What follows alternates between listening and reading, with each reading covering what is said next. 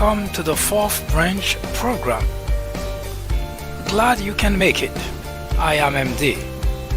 This program is dedicated exclusively for those with common sense, a spirit of patriotism, and a determination for a more perfect union. Stay tuned as we begin the discussion of a very important, interesting, and enlightening topic. Hope to hear from you soon. Happy listening.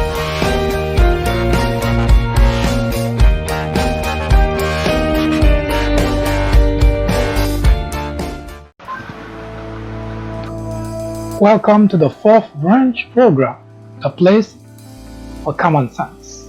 Today is Friday, May 31st, 2019.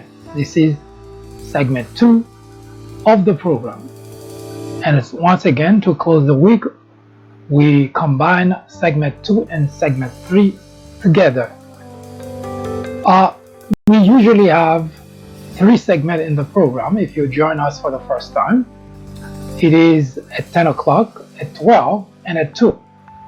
But for the past 3-4 days, we have been combining segment 2 and segment 3 and present to you special programs of the week. Today, you already seen the title, Impeachment is Necessary. Of course, if you're a Donald Trump supporter, you already shrug it off. You probably stick around just to hear how I start this conversation before you turn off. I will try to make certain that I make my point very clear and give you a reason to consider why that statement is made. My name is Mike Duchesne, and once again, this is the fourth branch project. Well, we call it program, we call it project, because in fact, it is a project that's been conceived almost a decade ago. And the very purpose of this project is to seek to perfect the union. As we mentioned several times in the announcement, there is only one way to do that, is to remove ignorance from the equation. Which brings me to this very important point. For the past few years, me personally, because I do not belong to a regular, what you would call a standard mainstream media organization, I am more or less flexible talking about topic in a different way than what you usually are accustomed to. And I'm not constrained by saying things that I find necessary to say, even though at times might come across insulting. And that's the importance of the program, because regular network rely exclusively on advertisers in order to continue to be in existence. And if they alienate certain group of people, or if they say things that come across as insulting to a certain group of people, those people will exert pressure on those advertisers, who in turn may end up moving away from that network. Loss of revenue is really a great incentive for that network to continue to appeal to individuals. Now, one thing is certain about the conversation about any political topic is there is a need, obviously, for organization to present news. That's why sometimes when you hear someone within any what I call regular mainstream network that reporting news about something that may be negative about a person, they always use the word alleged crime, alleged scandal. It's kind of a way of protecting the network from being sued, because if you do not use that word, automatically they would consider that it is an accusation, and the network doesn't want to be involved in lawsuit after lawsuit after lawsuit. So by using this allege, they're saying that, see, we're not saying you are a crook, we're not saying you are a criminal, we're just saying, well, they say we heard, but we haven't had any way of verifying that information. And sometimes it's very funny to me because even when it is in black and white, even when the person sometimes is even convicted, you still hear network using the expression alleged. Now, we do not do that here because, well, two reasons. Because we do not depend on advertisers. In other words, there is no audience that can exert pressure on advertiser to exert pressure on what we do here. And the second is the most important aspect. This is not, we do not consider this program just giving you the news or just discussing, because as mentioned, we do have a ultimate objective, which is to perfect the union. Now, it is almost like raising a family. In order for you to raise good children, there are a number of steps as parents. Well, of course, I know that I'm a parent. There are certain steps as parents you have to take, because otherwise you would end up having children with no education, with no manners, and so on and so forth. So that's what we do here. Now, we're not expecting everybody to like what we do, because anything that tries to correct problem will, of course, meet with resistance. And of course, a lot of people, depending on which side of the conversation you are, then you may consider us as biased if it doesn't benefit you. And of course, if it benefits you, you're shaking your head, you feel good about it, and you say, yeah, that was a good conversation. But for those on the other side at that time, they consider us biased. Now, right off the bat, we must say that as human beings, yes, we're going to be biased. But what we try to do is we rely exclusively on what we call common sense and logic. And we don't just say that lightly, because although many people believe or think that they have common sense, but it is not so. In fact, it is written someplace that common sense is so rare that it should be considered a superpower. Just to give you an idea. Of course, whatever you do, you think, oh, this is common sense. In fact, we use that expression a lot.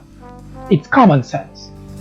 But in general, it's just an expression that most people use, but they do not live as people with common sense. Now, we just found out, it's not that we didn't know about it before. In fact, we, at the forefront, we publish on the People Branch website articles, we discuss politics, we discuss science, we even have things about entertainment, but we mostly spend all of our time around politics, because the idea of perfecting the union is really to change the state of affairs in our government, because this is where the big problems start. Because without that, it's the conversation about gridlock in Washington, the conversation about fight between Democrat and Republican, it's something that's been going on for centuries. And yet, 200 plus years later, if you look back, and that's probably one of the interesting things, that people, of course, from generation to generation, will live our lives and go to work, make some money, raise kids, and die, and live for the next generation to continue, and the process continues and continues.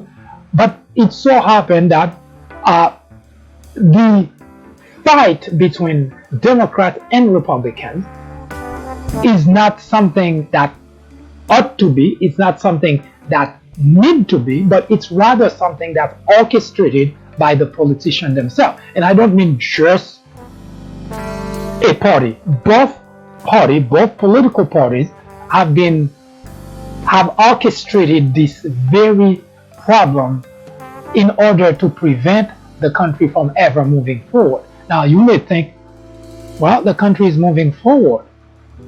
Is it?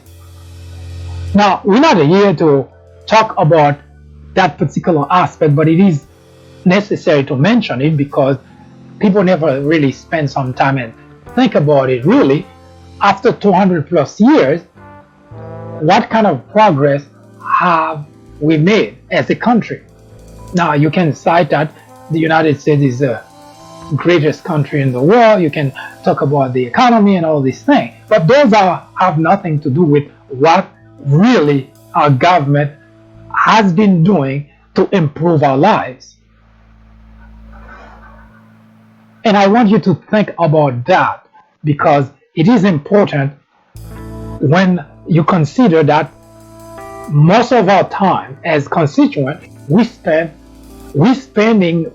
all that time fighting against other constituents instead of uniting as constituents in order to force our government to do things. Now, the reason I say that is because if you think about it, the reason that Republicans today are fighting against Democrats and vice versa is because, yes, the legislature, those people in Washington, those people we call politicians in Washington, they enjoy the idea. They enjoy the fight. They grab their bag of popcorn, they sit, relax, and let the constituent duke it out. Why, you ask? Because it benefits them. They get to stay in Washington. They don't have to do anything worthwhile because they always will be able to manipulate their constituent to vote them back in office and continue to do absolutely nothing. You see that there are individuals in Washington who's been there 10, 20, 30 plus years. In fact, if you look back in history, those people have gotten even worse, less useful for the country than more useful. And yet, the constituent continue to vote them back in office, and that's what they bet on. And as we can see, once again, when we talk about a country divided, the country is divided because the politicians want it that way. You may not realize it because you think you make up your own mind. The other day I was having a conversation with one of my fellow Republicans who asked the following question: what did Donald Trump do wrong which would require for him to be impeached? Now, usually I have this habit, it's probably bad habit, but it is my habit, that whenever I find myself in front of an individual who is incapable of logic, I don't spend my time having conversation or discussion with that person. Interestingly enough, I'm very patient when it comes to talking to individuals who don't have that kind of knowledge or individuals who are not at that level yet. For instance, raising kids, I know I have to be patient. I have to teach the kids a good way of life, the good manners, the good habits, and so on and so forth. And in that sense, I know I have to explain to the little gritty detail about whatever the topic is. So it's not that I'm impatient, but I do automatically, for some reason, I do automatically shut down the conversation and move away because it becomes obvious that this is an individual that you cannot reason with. Then what's the point of wasting that time? I've seen people arguing with other people and yelling and screaming and insulting, and you never get anywhere. So, and it's not something that I've acquired today. I've always been that way, that I can quickly assess that an individual may not have the knowledge because we weren't born geniuses, Nobody is. Uh, uh, but some people grasp concept faster than others. And for that reason, I can understand that if someone is not able to grasp a particular concept or doesn't have a particular knowledge, then we can have conversation. And that doesn't mean you have to agree with me, because I can give you example of conversation I have with individual that we never come to an agreement about the topic. For instance, homosexuality, abortion, and so on and so forth. But I can appreciate the person's point of view, argument, or position, and so would I expect that to be on the other side too. However, once an individual shows that there is no path forward to a conversation, to a discussion, then I automatically, what's the point? Now, to give you an example, I mentioned it before during the time I was discussing the abortion law that was being in Alabama, in Texas, and so on. I mentioned it before. I am personally against abortion. But I also mentioned that I do give and do accept and do acknowledge that it is necessary for me as an individual to not force my personal belief, opinion on somebody else, because I do not know the circumstances under which someone who is in a predicament is trying to make a decision so hard. Because as mentioned before, there is no woman wakes up and think, oh, I'm gonna have an abortion. So I can put myself aside and still make my argument against the idea, but at the same time respect the fact that that individual who is going through that decision is not doing it lightly and is not using it as a method of contraceptive either. So that's the difference between me and a lot of my fellow Republicans that I've met along the way. Which brings me to the conversation at hand.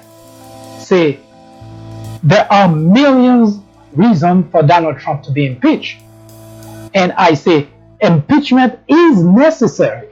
Now, lately you've been hearing that conversation has become really almost like a kitchen table conversation. It's everywhere.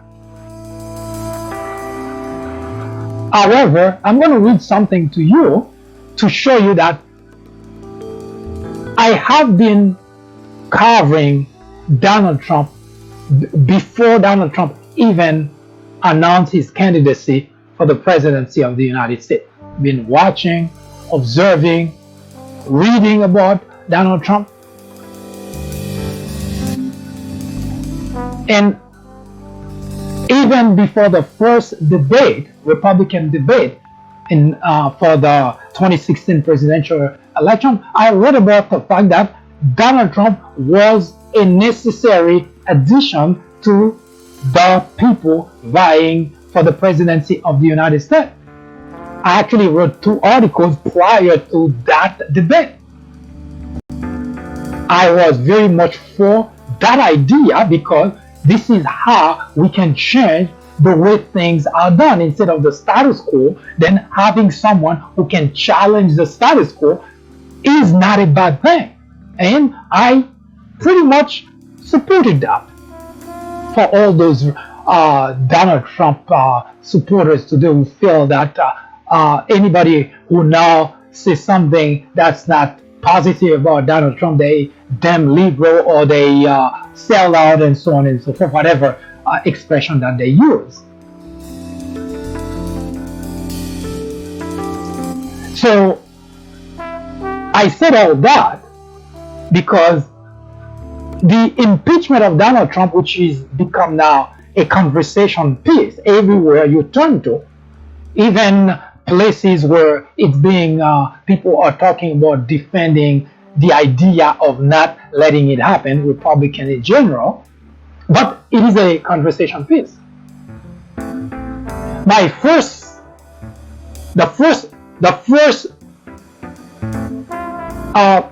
mention of impeachment,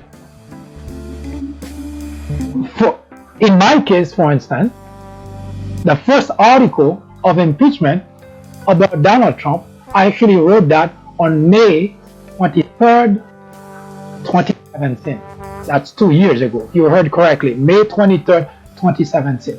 At that time, Robert Mueller was just tapped in to conduct the investigation into Russia's meddling.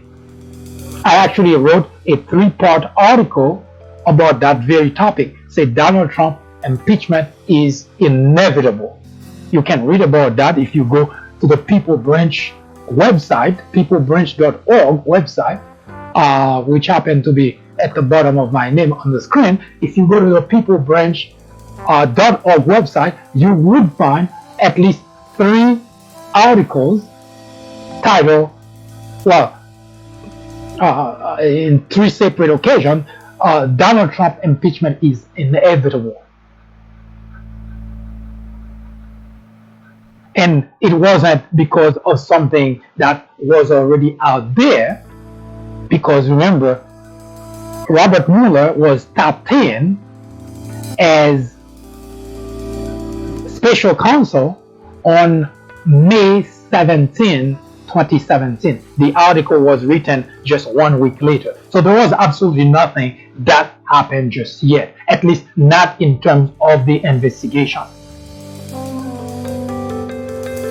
And at that time, the article was very, in fact, as I mentioned, 3 separate articles, 1, 2, and 3, that says Donald Trump impeachment is inevitable. Now the article number 3 that I wrote dated June 1st, 2017.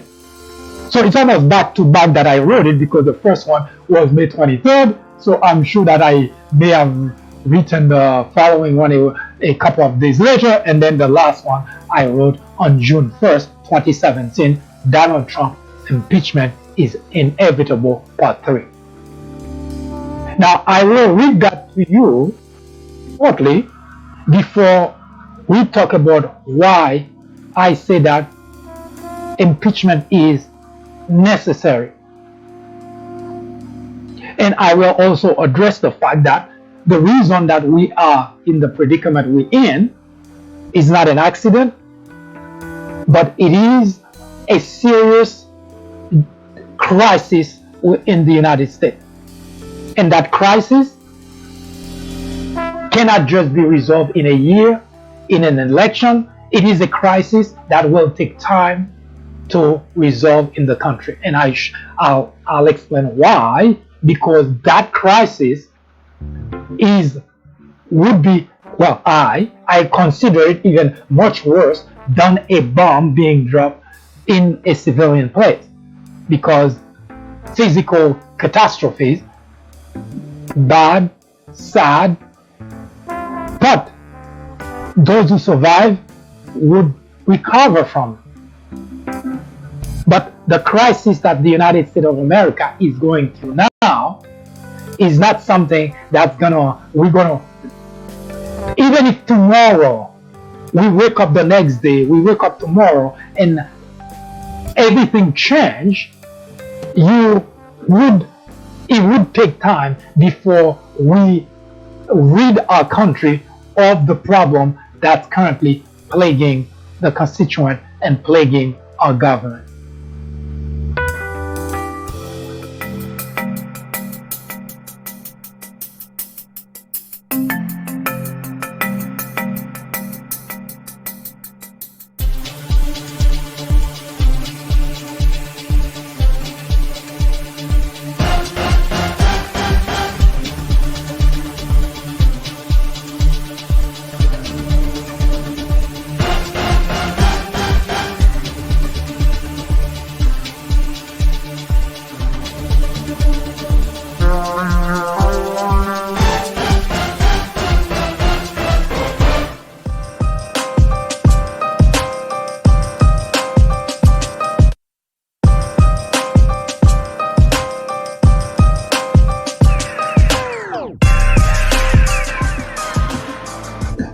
Now let me read to you the first paragraph of Article number 3, or Part 3, I should say, of Donald Trump impeachment is inevitable. Date June 1st, 2017. Donald Trump may be able to stand in the middle of Fifth Avenue and shoot someone and not lose any voter, but he sure should not be allowed to vilify the country and trash our Constitution. Mr. Trump is not worth the sacrifice of our nation. Donald Trump must be impeached, not just because he has obstructed justice several times, and has lied many times, and has engaged in cover-up continuously, actively, but also because he may have even committed treason. That is a story for another day. Now, by the way, my definition of treason is different from the definition of used in our Constitution. Because in the Constitution, if there is no war, then you cannot talk about treason. But in the dictionary, treason is when an individual, in that case a United States citizen, collaborate with a foreign entity or government in order to impact the country. That's treason, because if you do that automatically, and notice I didn't even say someone necessarily in the government, because you don't have to be in the government, but when you're in part of the government, when you're an elected official, then it makes it even much worse.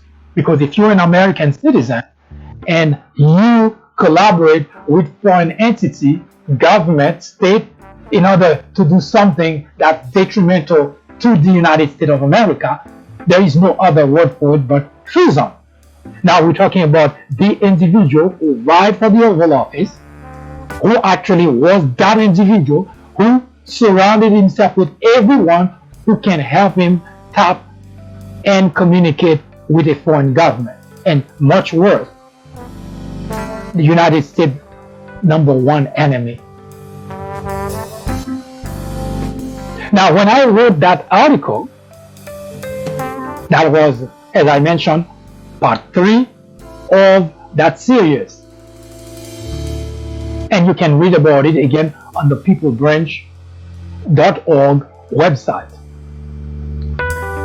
But today, with what is currently going on, suddenly everybody noticed that that article was written 2 years ago. It was written before Robert Mueller even had the opportunity to gather a team of lawyers, a team of people for him to start conducting the investigation. Notice how far back I wrote that article. Now, if you read the previous two parts, you will notice that there is almost a refrain on how I ended those articles. I said Donald Trump impeachment is inevitable, but I always ended the article the following way. So what? So what? Donald Trump is impeached. That's the question. Because we can go back to the fact that Bill Clinton was impeached as well. So what? But first, let me say the importance of impeaching Donald Trump. Let's define that first, because there is this lack of understanding, despite the fact a lot of people in the news try to explain it. But it conversation with individuals, especially in the Trump camp, seems to tell me that they're either not paying attention or they already have a mindset of what impeachment is. Impeachment is not just for the President of the United States. Elected officials can be impeached. The Attorney General, Supreme Court Justice, senators, and so on and so forth.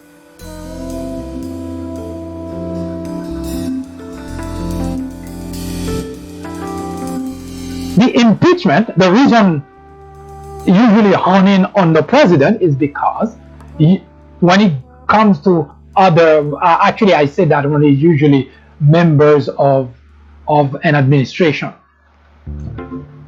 a senator, congressman can be voted out of office or can be tried for whatever crime that they found themselves into. But member like Secretary of State, the Attorney General, and so on. But the reason that it becomes part of the conversation is because when the framers of the Constitution drafted the Constitution, as mentioned here before, they did a pretty darn good job. But they could not anticipate everything. There was no way for them to be able to anticipate everything that would happen in the future. But despite that, they did quite a fantastic job.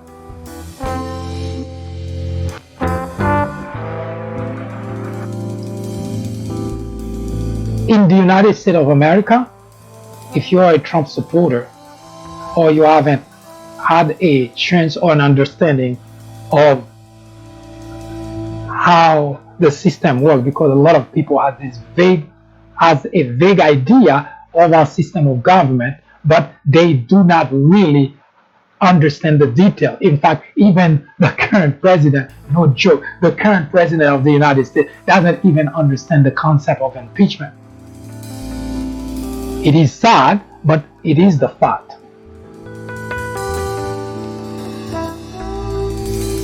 In the United States of America,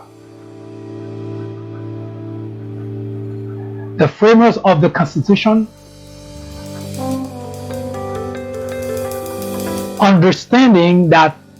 having understood that the individual called the commander-in-chief cannot be annoyed with problem of wrongdoing on a whim.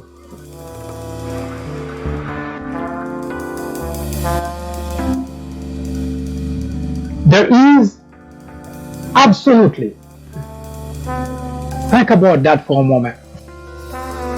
In our system of government, there is no other way to hold that individual, the President of the United States, is completely shielded from most anything legal that could preoccupy that individual instead of doing the job of attending to the affairs of the country. The framers of the Constitution understood that, so they make certain that the President of the United States completely shielded. But the framers also understood that the President of the United States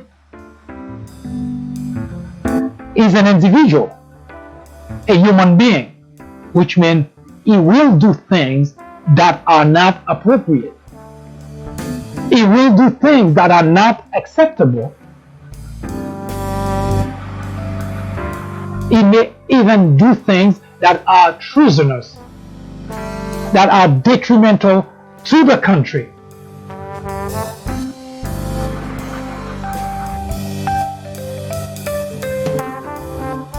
And even there, what the framers of the Constitution did, they didn't say whenever a president did this and that, we should impeach the president. In fact, they put a system in place that makes it very difficult to do so. First, the lower chamber, the House, has to have 2/3 of the House that says, yes, we can do that. This is not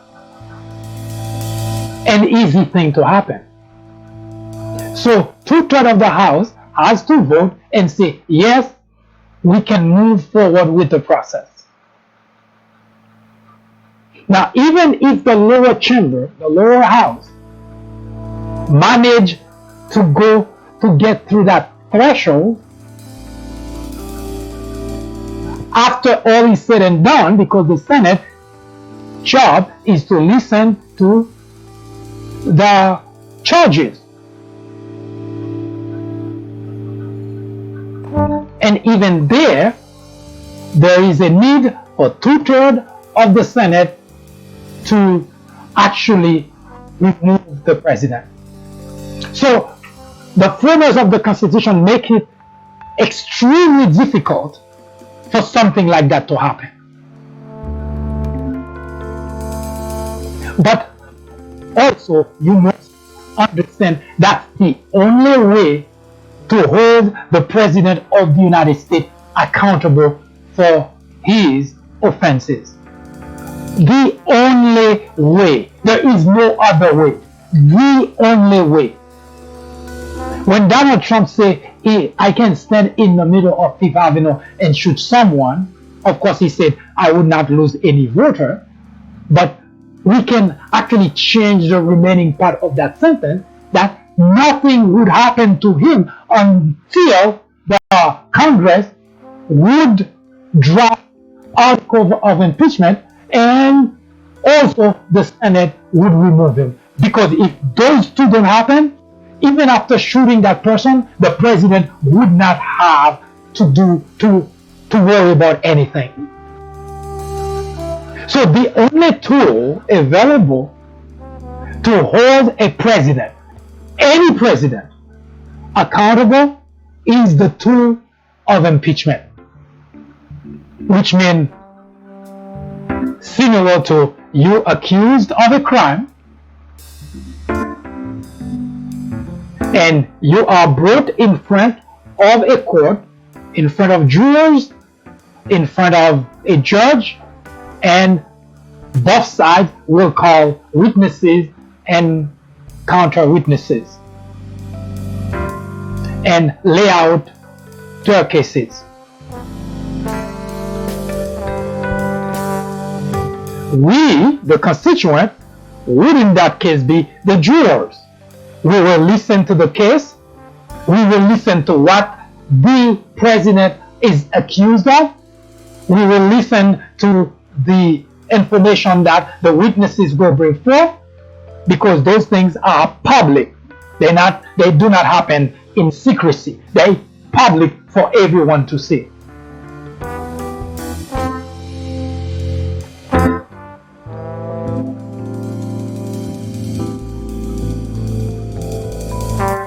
Now, for those individuals who are asking, what did Donald Trump do?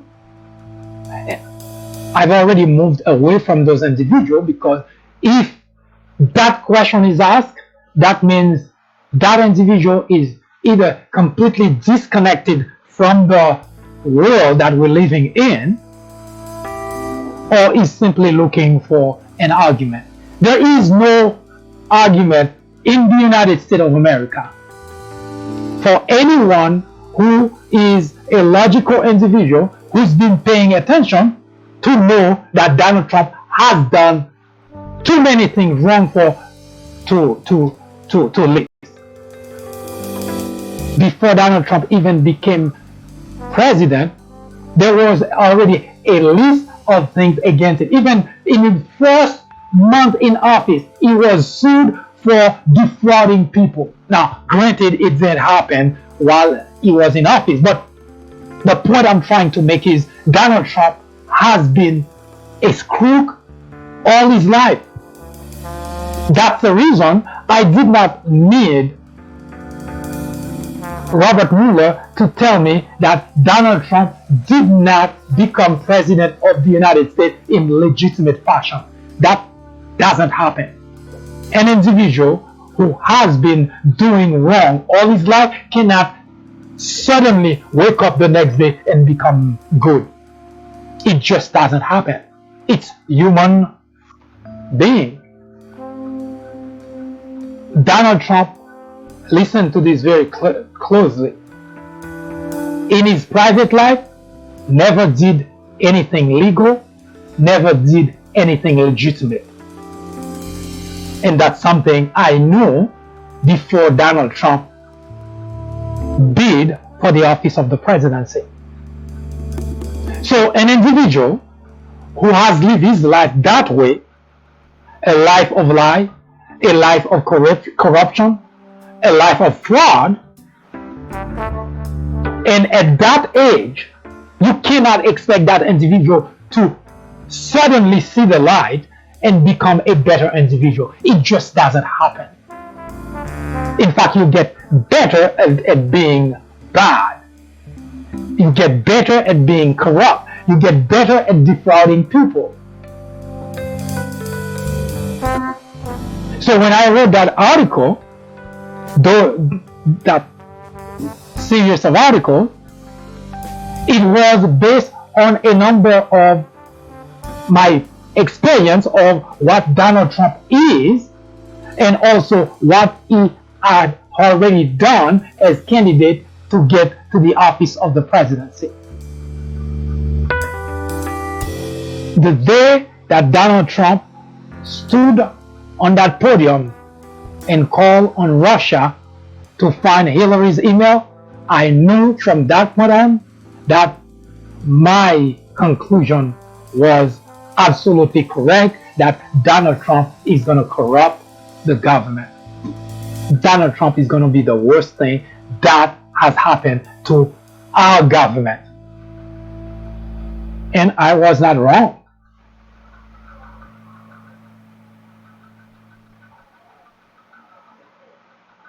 The reason it is necessary to impeach Donald Trump is because, number one, as I mentioned earlier, that's the only tool available to hold the President of the United States accountable for his action. The only tool.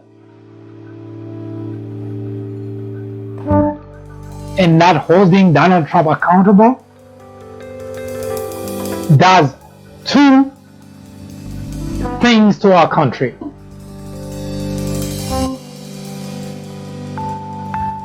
One, it keeps Donald Trump, the corrupt individual that he is, thinking that he's been defrauding everybody in his private life, and he also has managed as President of the United States to continue that process. So which means there is no boundary for him.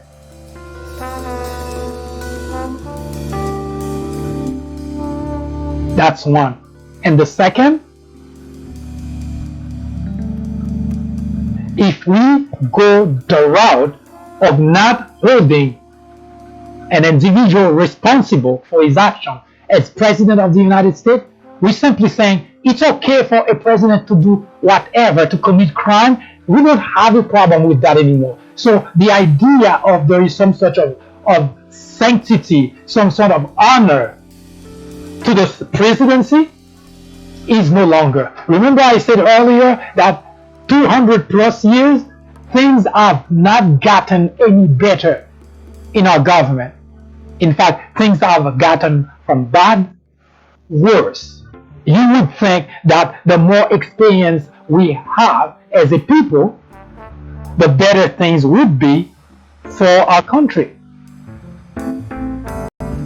As we study, we will go 100 years back, not 200, but we will begin to show you that we have been going down the path of worse, not better. Politicians have gotten worse. Instead of now of standing up for the country, now the hell with the country, they stand up for a political party. They stand up for a man. To hell with the country, to hell with the Constitution of the United States. That's exactly where we are today. For 2 years, the Republican legislators say to hell with the Constitution. But And that's where I saw the flaws in the Constitution that the framers could not possibly have seen that we would have members of the legislative body of a political party completely relinquishing the legislative duty to exercise oversight on the executive branch. They could not see that coming. And for good reason, because they were crafting the Constitution at a time when all of them were patriots. They could not look beyond that horizon. That I'm sure that they probably thought that there could be a couple of legislators who would not be patriots, but they could not imagine that there would be a whole political party, members of a whole political party would turn against the Constitution of the United States. There is no way the framers of the Constitution could have foreseen that. They could not anticipate that. And that's the reason today we have the problem that we have. Because had there be that foresight, that there is a possibility that all members of a political party could become so bad that they would trash our Constitution, they would have put some sort of guardrail for it. There is none. That's why you see the Republican Party as a whole was able to simply trash our Constitution. It just didn't matter. Because there is no guardrail, there is nobody that could tell them anything. Of course, the framers of the Constitution, you could have said, well, they thought the people would take care of that. Oh yeah, I forgot that. As such,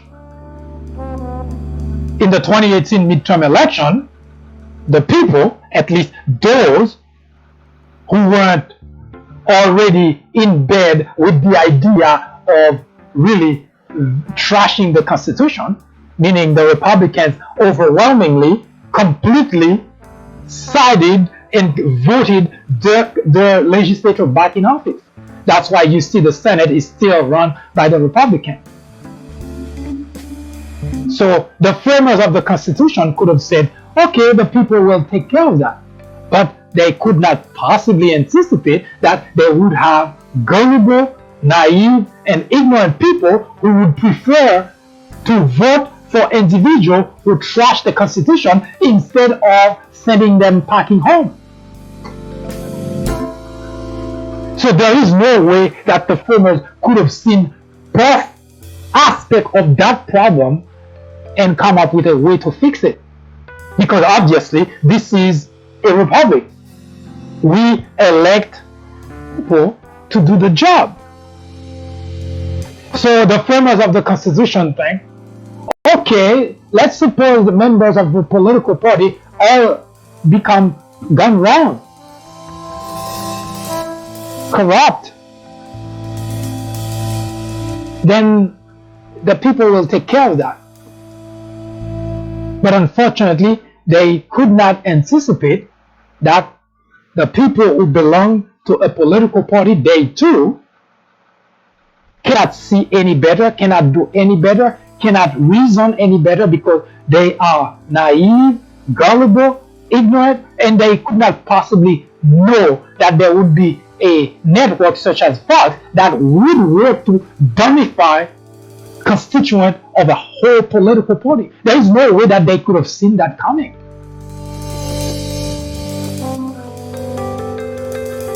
As such, we have today a crisis in the United States.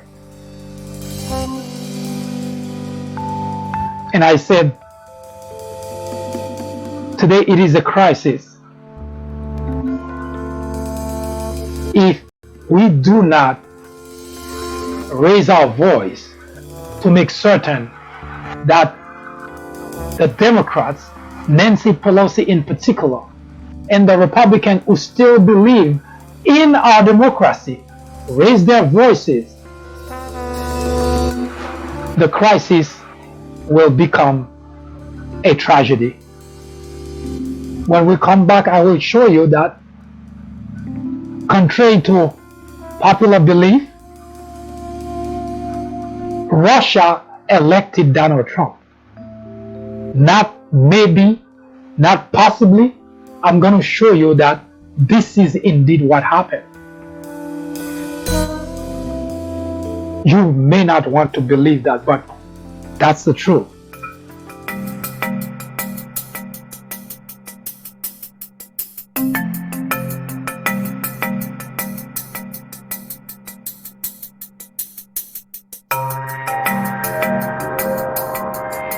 In 1996, a small network by the name of Fox News was launched with just 17 million viewers.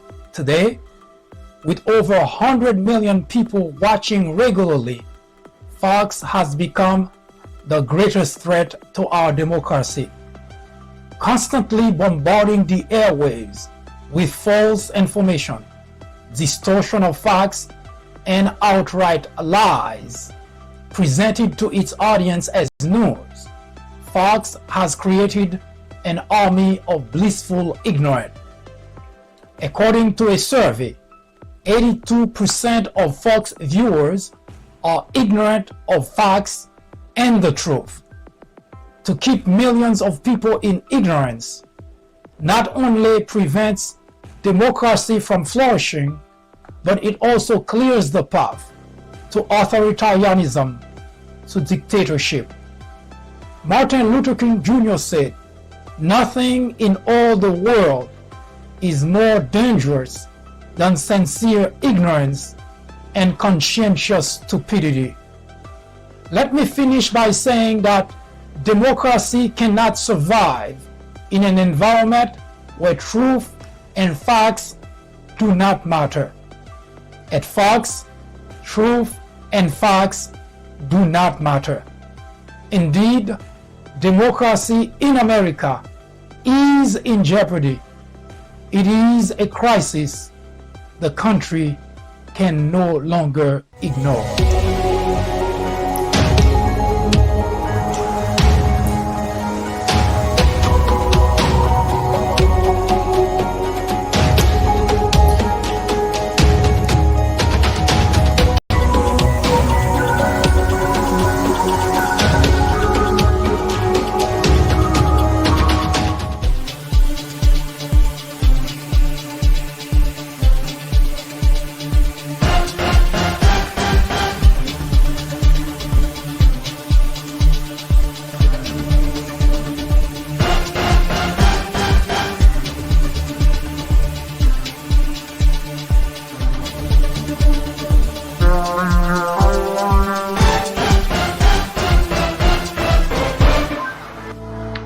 This is a reminder that tomorrow, Saturday, at 10:30 a.m., we have our full presentation program.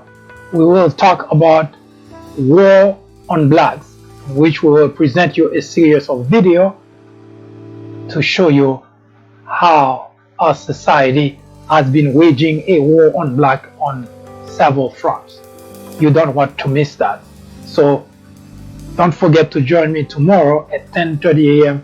for a presentation of War on Blacks. If you are a patriot, you cannot not be outraged, because this is not a matter of being Democrat or being Republican, because the very reason that our democracy survives is because of that very structure of our government. The minute that you don't have any oversight, then at that point, the idea of democracy in the United States of America ceases to exist. So if you are a Republican and you think it's okay, then you too are no patriot. There is no other word of saying it. No matter what you hear people saying, trying to sugarcoat, trying to go around to explain it to you, that's all it means. If you are okay with what is currently going on with Donald Trump, with the Republican Party, you categorically are not a patriot. And no matter what you think of yourself, you are not a patriot. Because a patriot is someone who would give or who would make sacrifice sometimes of his or her own life, let alone sacrifice a political party in order to preserve the democracy, in order to preserve the Constitution, in order to preserve the rule of law. So if you cannot do that, don't talk to anyone about being patriot, because you are no patriot.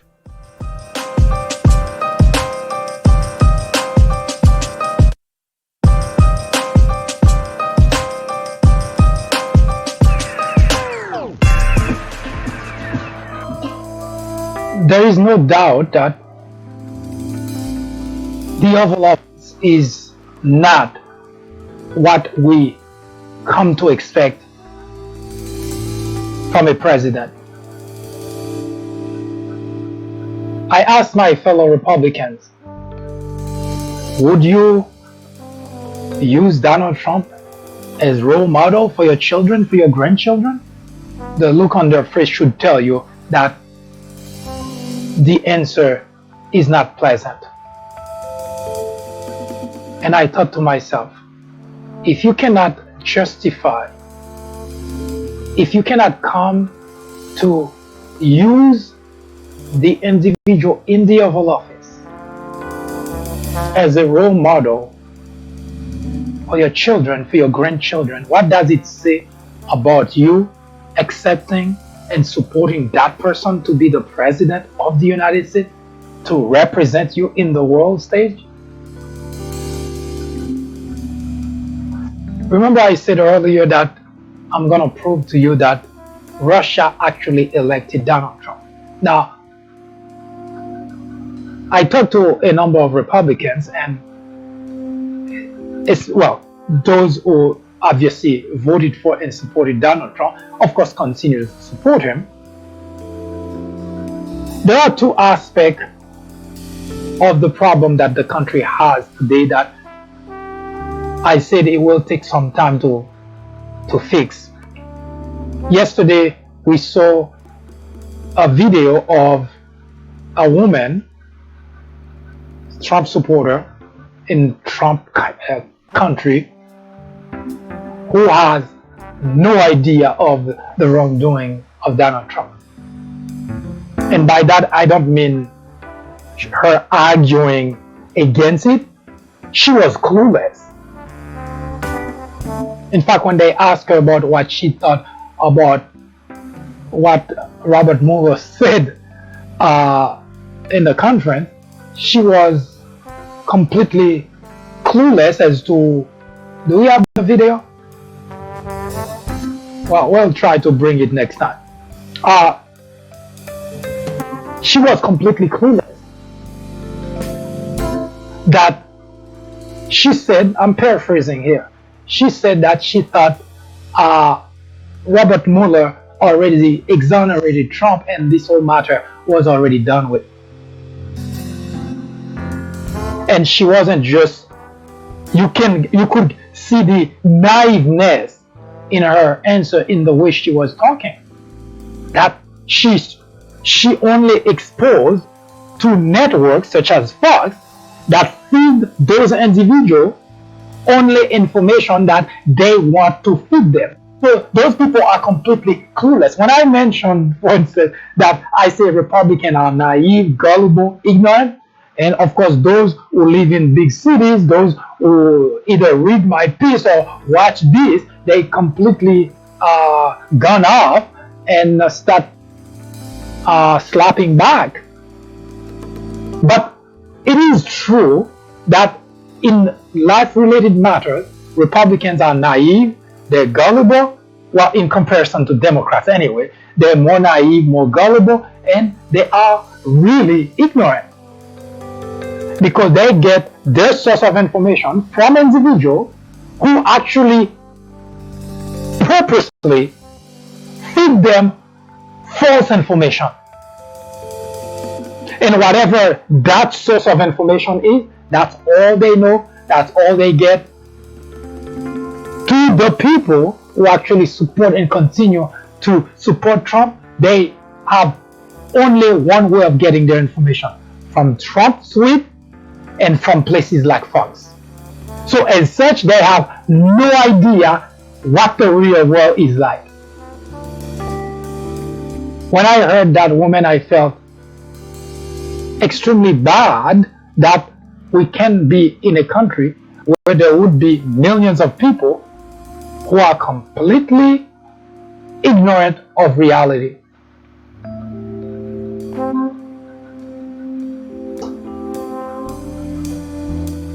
Now that lady, I use one, but to give you an idea, that particular woman is making decision based on that. When people say Russia did not, maybe they saying it because it make them feel good, they make the decision, but they may not remember how this whole thing started. When Donald Trump started, yes, he would have had a few raunchy people running behind him. Anybody does. Even the most brutal dictators have people who actually line up behind them and doing the kind of thing that person does. Donald Trump is one of the most vile individuals in the Oval Office, and yet he has people who genuinely support the kind of thing that he does. So you will always find that. But to have millions of people putting Donald Trump in the Oval Office would not have been possible.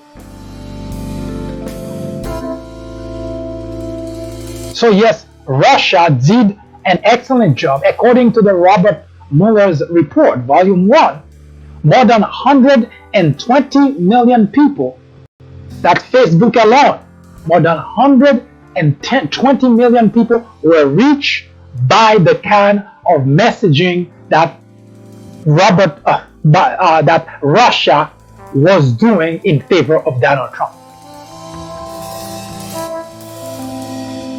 Messages, texts, tweets, Facebook posts, all of which were favorable to Donald Trump, and all of which were detrimental to Hillary Clinton.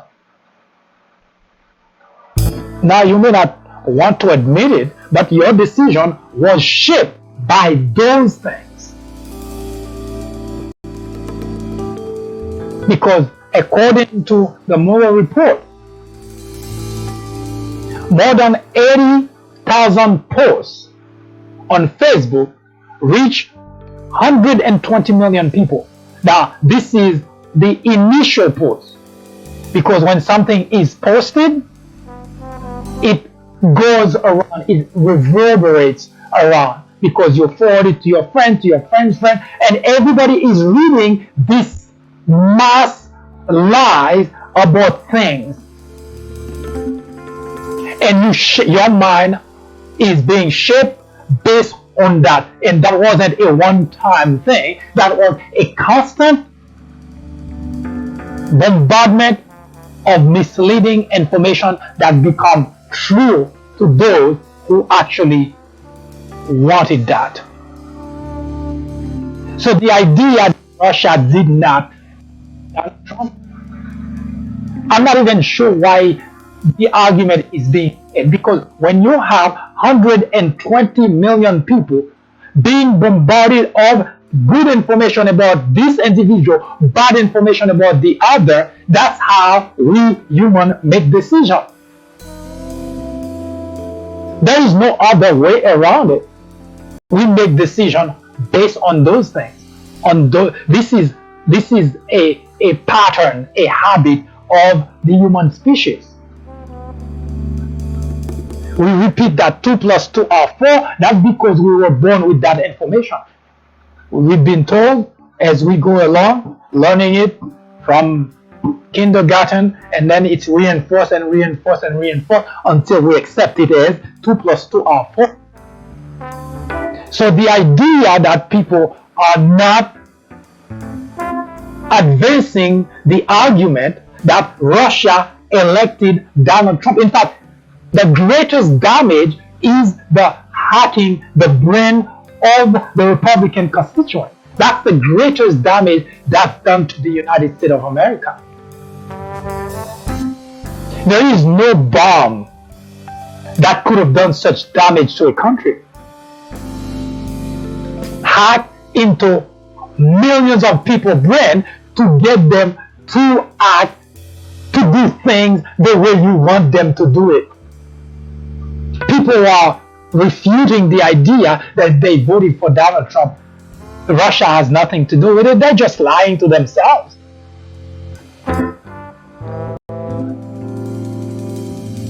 It's through constant, continuous, systematic bombardment of messages in favor of Donald Trump. They had people on the ground. They have messenger. They have a whole team of people whose job, that's all they did. They have their people sitting in a room. They're working for one purpose and one purpose only: to put out messages, to damage the other side, and to make certain that Donald Trump's road was clear. Yes, you voted for Donald Trump because Russia told you to vote for Donald Trump. You did not vote for Donald Trump because you made the decision on your own. You may want to think so. You may want to make yourself feel good about it and say, I wasn't influenced by anybody.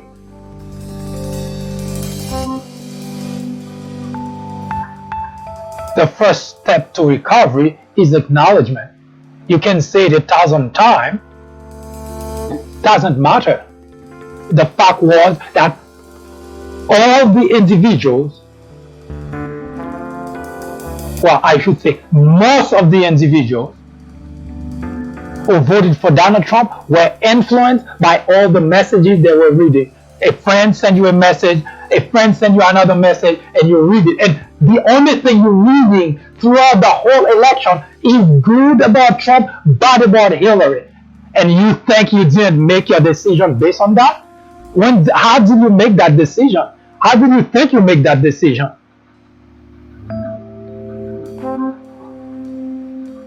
Russia hacked into the minds.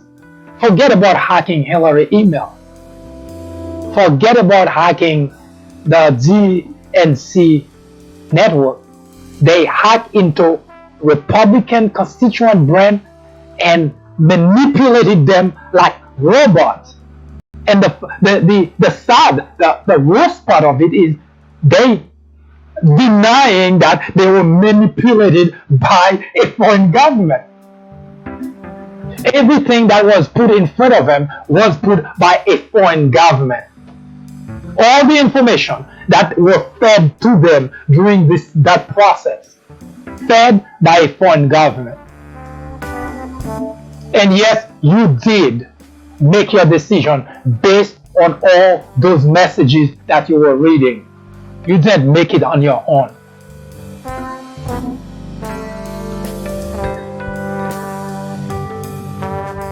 And as such, we know that the country is in a crisis because that hacking of the brain happened once, but it doesn't revert back automatically because those things cannot just be removed like this. Because those people continue to convince themselves that they made a decision. Did you?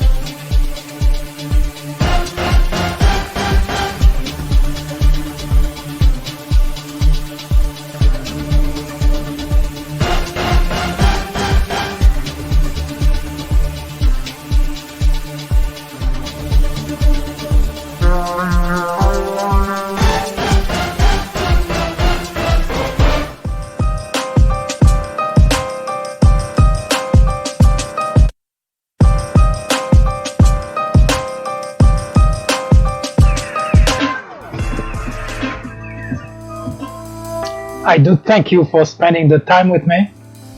I hope those information were of some use to you.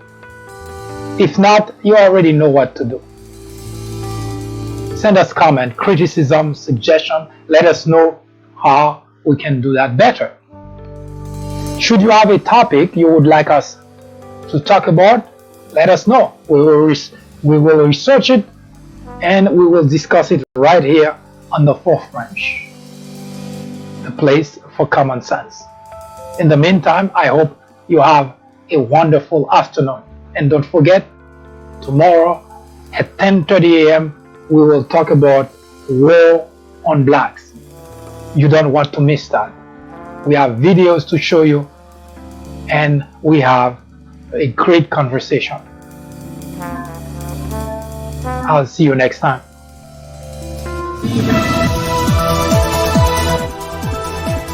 That was an update through the prism of common sense. Join us again tomorrow at 10:30 a.m. for a full presentation. I am MD, host of the Fourth Branch program, the place for common sense. Send us comments, criticism, suggestion, or simply let us know how we're doing. Thank you for watching.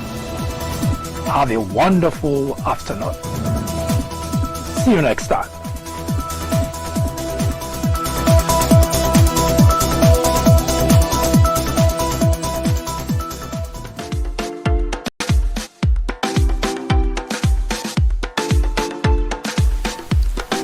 The Fourth Branch podcast is brought to you in collaboration with the People Branch publication, which can be found on the People Branch website, located at peoplebranch.org. That's peoplebranch.org. That's peoplebranch.org website, in which you will find a number of very interesting articles. My name is Mike Duchesne, MD for short. I hope you have a great afternoon or a great evening, whichever it happens to be. Hopefully you can join me again next time for another interesting episode of this podcast. That was the Fourth Branch, live from New York. Good day.